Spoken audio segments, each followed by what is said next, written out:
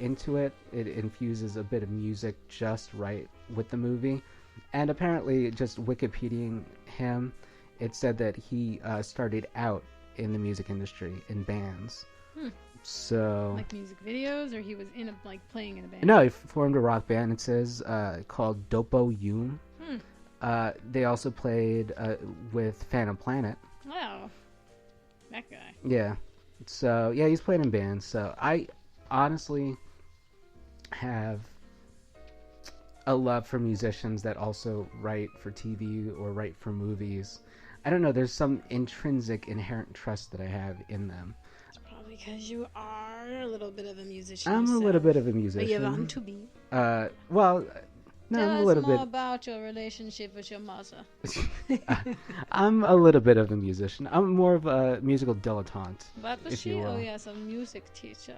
Very interesting. Yeah, well, it invariably goes to the mother, of course. But I always wanted to be in a rock band. I was only in a band for maybe 3-4 years. I don't know why you're in middle school. No, I'm just staring off into the ether. Into the ether. Which yeah. that I don't get. What? What was that? It's a little stupid insecurity joke. Yeah, it's a security joke. Yay! But I speak because I trust musicians come writers. Basically because I don't know. I think that music and writing definitely go hand in hand. Case in point, Nick Cave. Nick Cave is a screenwriter, and he creates amazing, mind-blowing music. Again, it's all subjective. How are his movies? His movie was Austin, The Proposition. Oh, that stupid cowboy shit. It's a slow Aussie western, and it's one of the grittiest I've ever seen. I don't know if you've noticed, but those 3 words make it out to be a shit piece. Well, as so saith Norton, So but then again, saith anyone who likes Norton to watch something happen on hath screen. no taste. Norton don't need to have taste. Norton need to be entertained. You entertain Norton, you win. Is that how it goes? Yeah, that's how the movie industry works. Entertain me and you win. Norton, who's... Are you not entertained? Norton, who's... No, I'm not. Soul... I can't say soul favorite dance film, but one of which is Dance Flick. No, so I rest my like case. Dance Flick as a spoof. It's not even... it fails as a spoof. It fails on all levels. It does not fail as a spoof. The only spoof that ever really failed as a spoof was Wrongfully Accused. Because it was awful on all cylinders. I've never seen that Dance one. Flick was actually not that bad. Wrongfully Is it the greatest Accused. spoof ever made? God, no. Who's in Wrongfully that? Accused was the last spoof that Leslie Nielsen was ever in. Oh. Before he died. Which was kind of a shame because he was a very good that? spoof actor. No, just because he was a classic spoof actor. It was supposed to be a spoof on, what's his face? The dude that runs away with the one-armed guy. The Fugitive. Alright. It's a spoof on fugitive movies. Because I want to say the last thing that I'd seen him in was Dracula Dead and Loving It, but... Oh, you might be right. Dracula Dead and Loving It might be the other one. Wrongful. Dracula Dead and Loving It's alright. It's not the greatest, but it's alright. It's alright. It's not Brooks's best. No. But I think you're right. Because Wrongfully Accused is 98. Wrongfully Accused. Written and directed by Pat Proft. That sounds very familiar. I don't know. Oh, okay. He's known for his work on Police Academy, Hot Shots Part 2, and Real Genius. Ah, that's why. Yeah, see? It's Real Genius, by the way, awesome film. Oh, it is. It's a classic. But I guess everybody's entitled to their stinkers. But yes, everybody has their faults. Yeah. I mean, granted, the Wayans brothers have had way more than their fair share, but that's okay. No, that's very true. It's very true. I didn't see that 50 Shades of Black thing, but I'm pretty sure that was adequately horrible.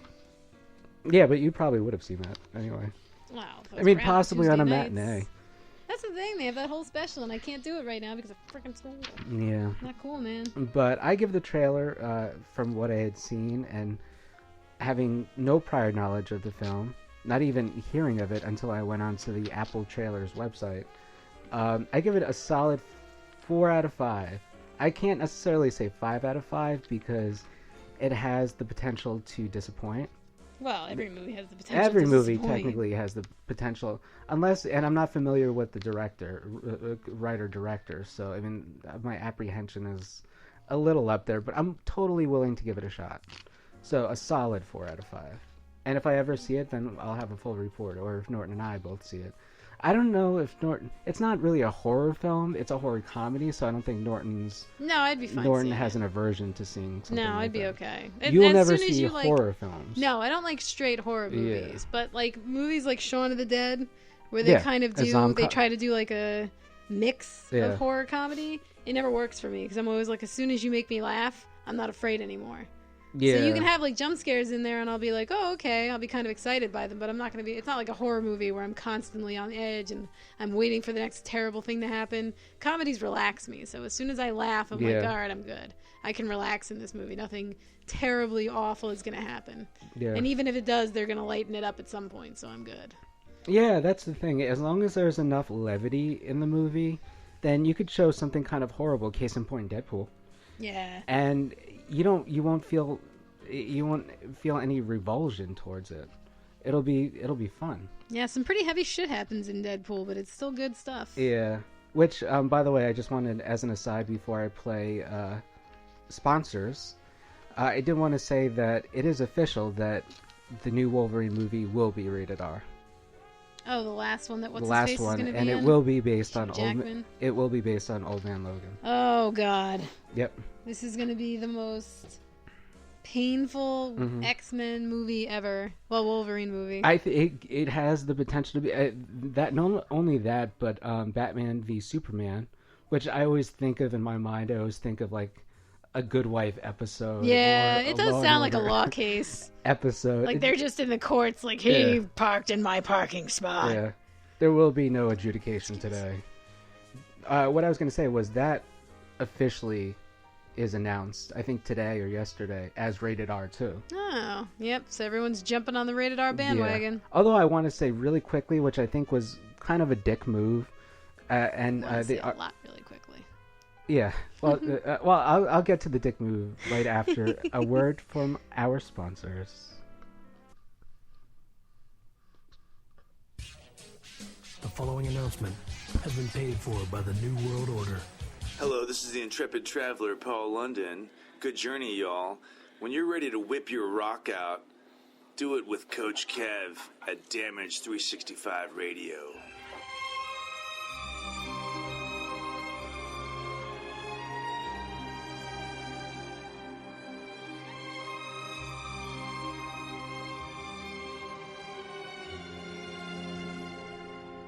Esposito's Pizza and Pasta.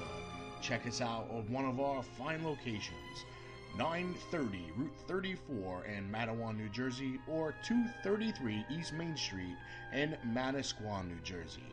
From pizza and salads to pasta and buffalo wings, we have something to suit every member of your family. Whether you're seeking to take out, delivery, or just want to dine in, let us do the dishes. We would be more than happy to take care of your next meal. Our courteous and friendly restaurant staff is here to meet and exceed all your expectations. We promise an enjoyable experience each and every time we serve you.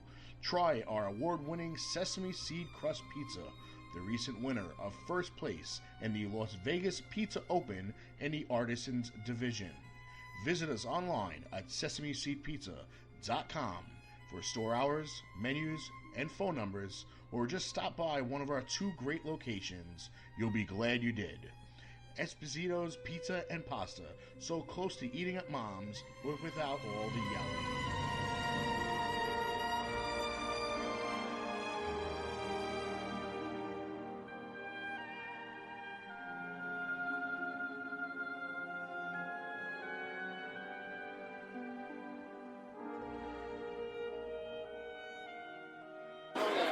You're listening to Damage 365 Radio, and this is ECW Original, the Angry Amish Warrior Roadkill.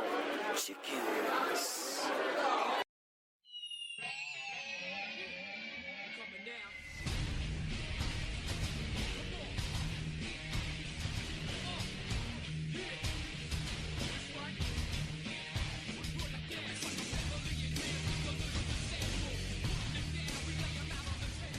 What's up, everybody? This is Coach Kev of the Damage 365 Radio Network. I want to talk to you about one of our sponsors, the Funkenstein Wrestling Superstore. That's right, you heard it. They're in Englishtown Flea Market in the Green Building, booth number 35. They have everything for your wrestling collectible needs. Check them out. They got figures, DVDs, cards, t-shirts, and even tickets to local independent wrestling circuits. They have that and so much more. Look, sitting here listening to me talk about it does not do it justice. Go check it out for yourself. The Funkenstein Wrestling Superstore in the Englishtown Flea Market, Green Building, booth number 35. Also, check them out on Facebook at facebook.com/FunkensteinINC. And tell them Coach Kev sent you.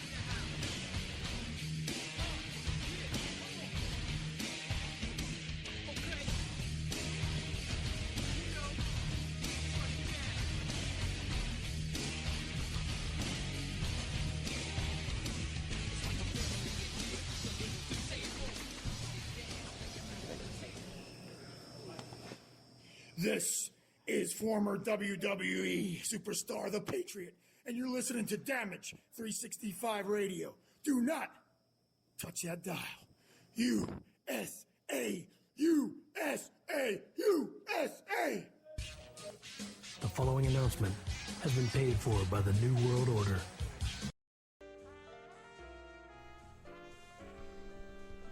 Welcome back.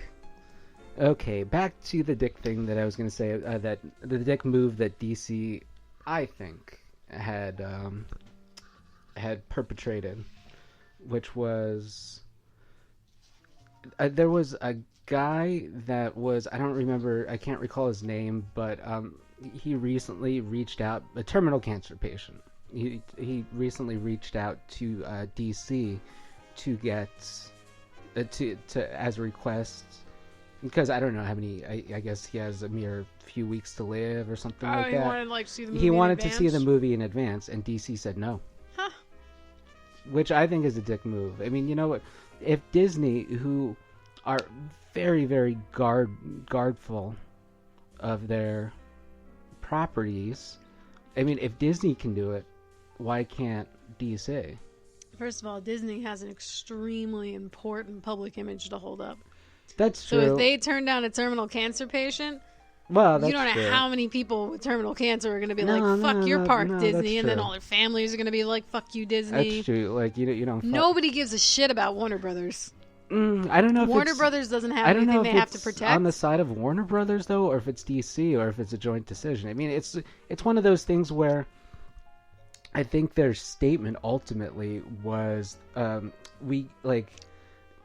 they in so many words, but obviously tactfully put, they had said something to the effect of, it is very hard for us to reach out to all people that all special requests or something like that. Yeah, but think about it. Like, how many people die of terminal cancer every day that don't get to see this movie? That's the thing. Well, that's and the just thing. because this asshole asked, he's supposed to get it. I mean, it's. I mean, I think he was the first. Fuck that. He first of all, he might have been the first one to reach out to them. I don't know. I mean, the thing is, I think that even though it's a dick move, it is a bit of a quagmire in terms of.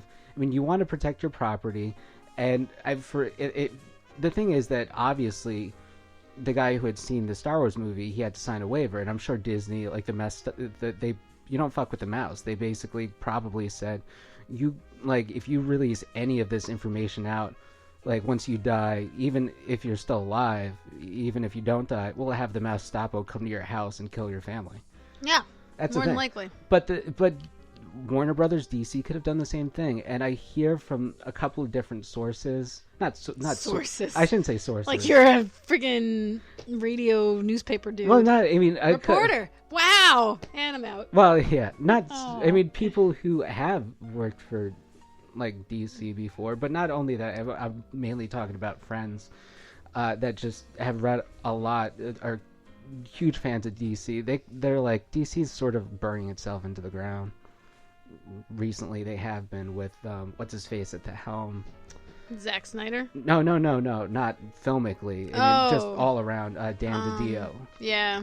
Who is I want to say, CEO? I don't know if he's the CFO or CEO or, but him.